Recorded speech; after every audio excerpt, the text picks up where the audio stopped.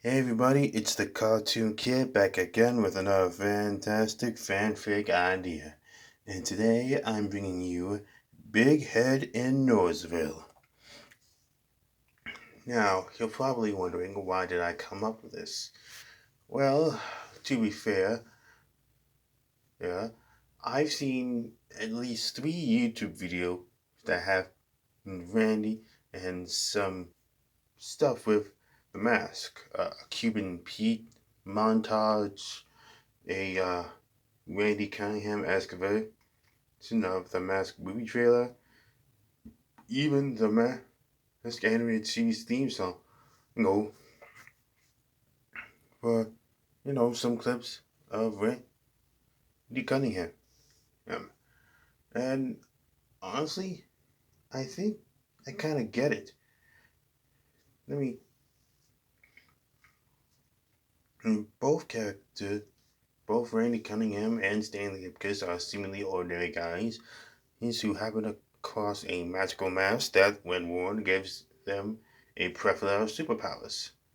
One is just pretty much a magic ninja, and the other is, well, what can best be described as a cartoon god. But despite some minor differences, I can sort of see the similarities. So much so that I couldn't help but think of doing a Randy Cunningham ninth grade ninja and the mask crossover. I mean, to be fair, I might do another one later in the future, but until then, here we are. Story. Teresa Fowler had always been drawn to mysteries, but she never expected to stumble upon one in the dusty corners of Norrisville High's forgotten storage room. While researching for the school newspaper, she discovered an ancient wooden mask tucked behind in year decades old yearbooks. The moment her fingers touched the weathered surface, she felt an electric surge of energy coursing through her veins. The mask seemed to whisper to her, promising power beyond her wildest dreams. That night, alone in her room, Teresa finally gave in to curiosity and placed the mask over her face. The transformation was instantaneous and overwhelming. Her entire body stretched and contorted, her features becoming exaggerated and cartoonish. Her mind flooded with confidence and mischievous energy she never possessed. She had become Big Head, though she wouldn't learn that name until much later. What she did know was that she suddenly had abilities that defied logic, super strength, reality bending powers, and an irrepre- irrepressible urge to cause chaos. But unlike the mask's previous wearers, Teresa's inherent goodness fought against its darker impulses. Randy Cunningham had been Norrisville's secret protector for months now, wielding the ancient ninja suit against the constant threat of monsters and robots sent by the mysterious sorcerer. Each day brought new challenges, stankified students, McFist's latest scheme, or some ancient evil awakening in the town's shadowy corners. But lately, the attacks had intensified. The sorcerer seemed to be growing stronger, and Randy found himself overwhelmed. His best friend Howard remained blissfully unaware of his double life, leaving Randy to shoulder the burden alone. The Namakon's cryptic advice offered little comfort as he faced increasingly dangerous foes. It was during one particularly brutal battle against a massive robo-ape in the school courtyard that Randy he first encountered the strange green-skinned figure with the enormous grinning head. The creature appeared out of nowhere, dispatching the robot with cartoon-like violence that left Randy both impressed and deeply confused. Teresa watched the ninja from the shadows, her, her enhanced senses picking up on his exhaustion and frustration. She recognized the signs of someone carrying too much weight alone, something she understood all too well with her own struggles with perfectionism and social anxiety. The mask is the mask is crazy, chaotic energy, very word with her natural empathy, creating an eternal conflict that threatened to tear her apart. When she finally approached the ninja after another monster attack, she kept her distance, unsure how he would react to the transformed appearance. But Randy, desperate for any kind of help, was surprisingly receptive. He couldn't understand her origins or her bizarre abilities, but he could see that she was genuinely trying to help protect the town. Their partnership began intensively. Brickhead would appear during the worst battles, her reality warping powers providing the, the edge Randy needed to defeat seemingly impossible foes. She could stretch her limbs to impossible lengths, pull objects from thin air, and bend the laws of physics to her will. Most importantly, she could take some of the pressure off Randy's shoulders. As weeks passed, Teresa found herself changing in ways that went beyond the physical transformation. The mask amplified her emotions. Her desire to help became an obsession. Her protective instincts turned violent, and her frustrations with the world's injustices grew into a burning rage. She began to enjoy the chaos a little too much, finding herself prolonging battles just to revel in the destruction. Randy noticed the changes in his mysterious ally. Bighead's methods became increasingly extreme, her solutions more violent and unpredictable. What started as helpful interventions began to feel like barely controlled chaos. The ninja found himself having no restraint, having found himself having to restrain his partner as much as work with her, adding another layer of complexity to his already complicated life.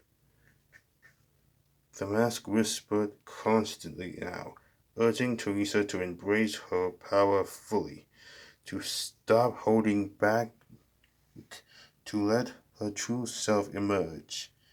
It showed her visions of a world where she could fix everything wrong with Norrisville, where she could punish every bully, reward every kind act, and reshape reality according to her will. The temptation grew stronger with each passing day. The sorcerer had been watching this new player with great interest. The chaotic energy radiating from Brickhead was unlike anything he'd encountered before, older or more primal than his own magic. yet somehow familiar. He recognized the signs of an ancient artifact, one that predated even his own long imprisonment. Though through careful manipulation, he began to exploit the growing tension between the ninja and his unpredictable ally. He sent monsters specifically designed to trigger Big Head's violent tendencies, creatures that could only be defeated through increasingly extreme methods.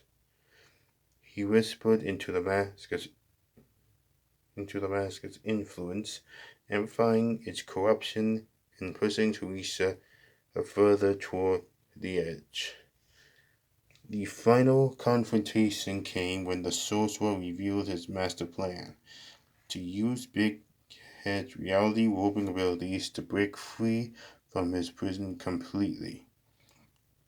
He had been slowly corrupting the Max's influence, turning Teresa into an unwitting pawn in his escape. The revelation shattered what remained of the fragile trust between Randy and his mysterious ally. Standing in the ruins of what had once been the school gymnasium, Teresa felt the full weight of her actions. The mask had promised her powers and purpose, but it had also isolated her from everything she truly cared about.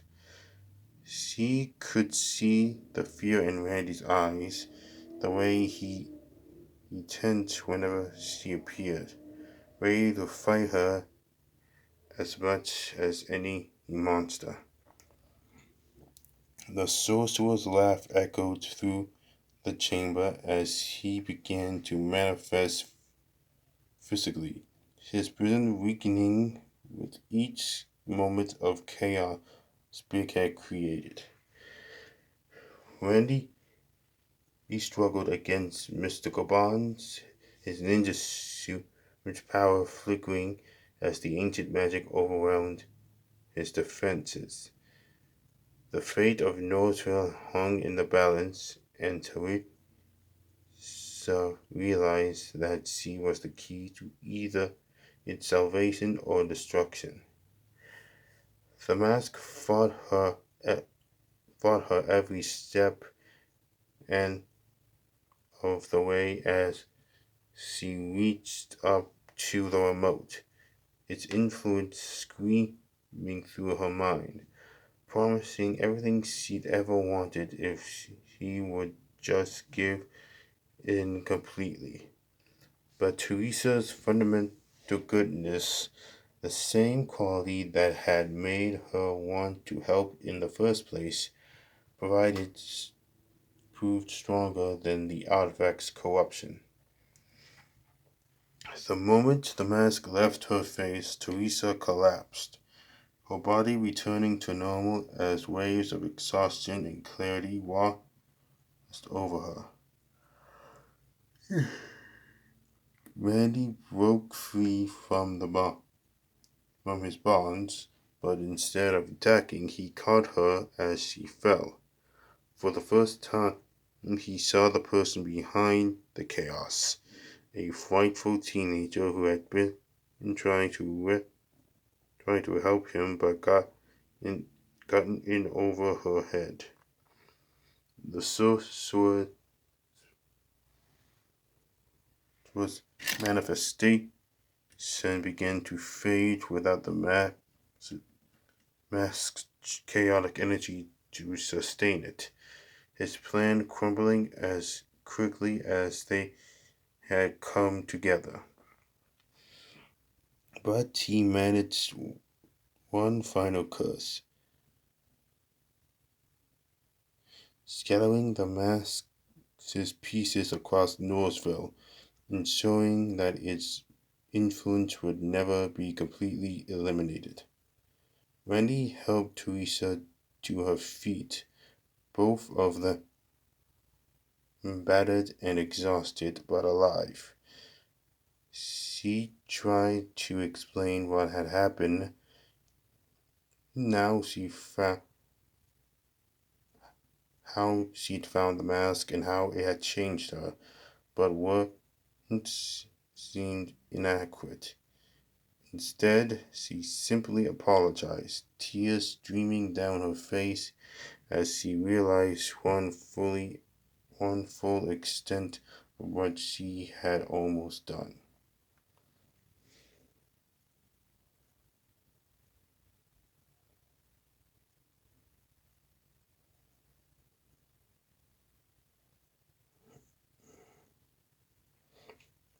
In the days that followed, Teresa and Randy worked together to collect the scattered pieces of the mask, ensuring they could never be reassembled. The, the experience had changed them both. Randy had learned the importance of accepting help even when it came from unexpected sources, while Teresa had discovered that good intentions weren't enough without wisdom and restraint. They never spoke about what had happened to anyone else, but their friendship deepened in ways that surprised them both.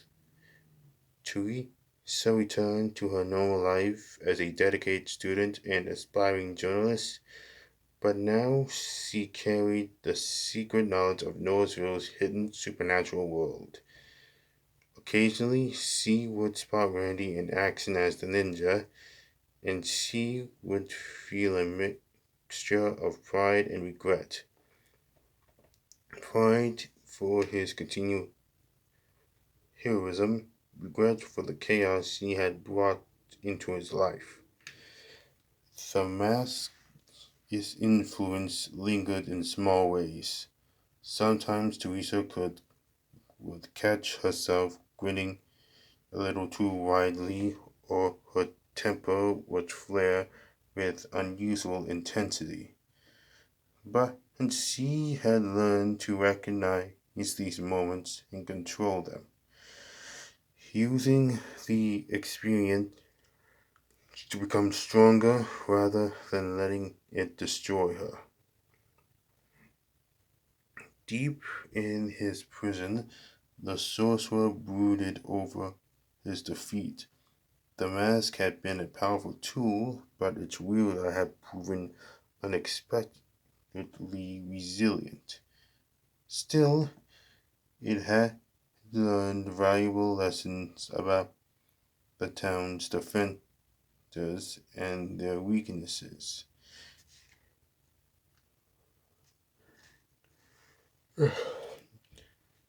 The ninja's compassion could be exploited, but were o- there were other artifacts scattered throughout Northville, other power, other sources of power waiting to be discovered. The pieces of the mask remain hidden throughout the town, each one still containing a fragment of its original power. The sorcerer began to plan anew, considering how he might use these remnants to his advantage. After all, he had been in prison for 800 years. What was a little more time when weighed against the promise of ultimate freedom?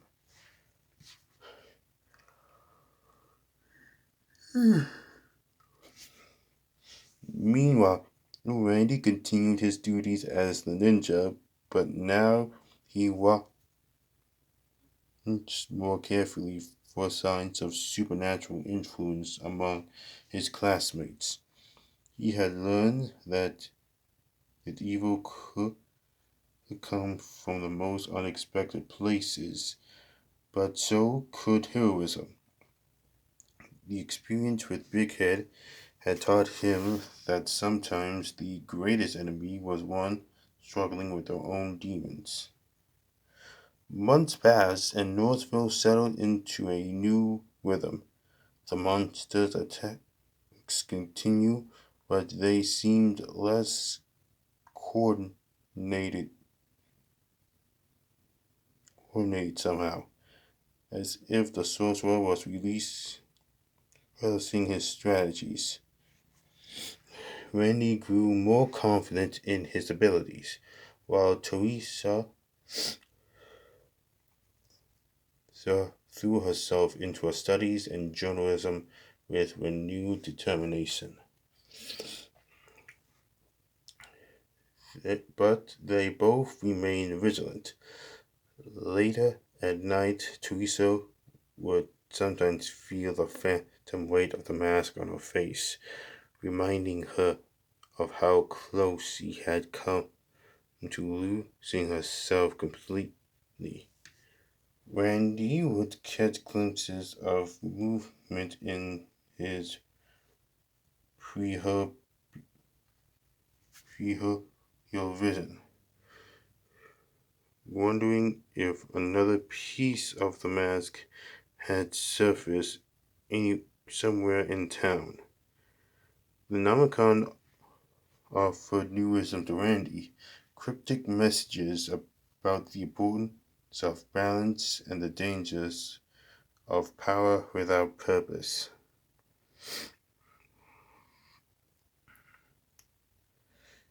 He shared some of these lessons with Teresa, though he never revealed the source of his knowledge. She understood that he was still protecting secrets, just as she was learning to live with her own. The friendship had been forged in chaos and tempered by mutual understanding. They had both learned that heroism isn't about having power, had, but about knowing when and how to use it. The mask had taught them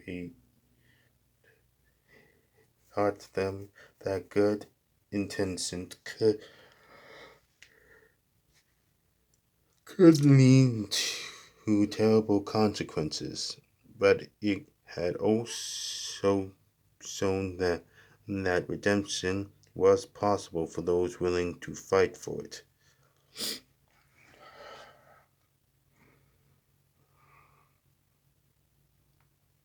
Throughout Norrisville, all the masked fragments lay hidden in storm drains, buried in the school garden, tucked behind those loose bricks in ancient walls. Each piece pulsed with residual energy, waiting for the right moment to emerge. The sorcerer's influence touched each fragment, slowly weaving them into his larger plans. But Randy and Teresa's vigilance had created a new kind of protection for the people.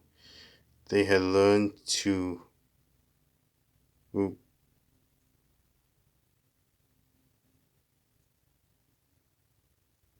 Randy and Teresa's vigilance had created a new kind of protection for the town. They had learned to recognize the signs of supernatural corruption, to spot the subtle changes that marked the beginning of a new threat. Their partnership, though secret and often unspoken, had become another layer of defense against the forces that threatened their home. The mask would return someday. Artifacts of such power rarely stayed destroyed for long, but when it did, it would face opponents who understood its true nature, who had experienced both its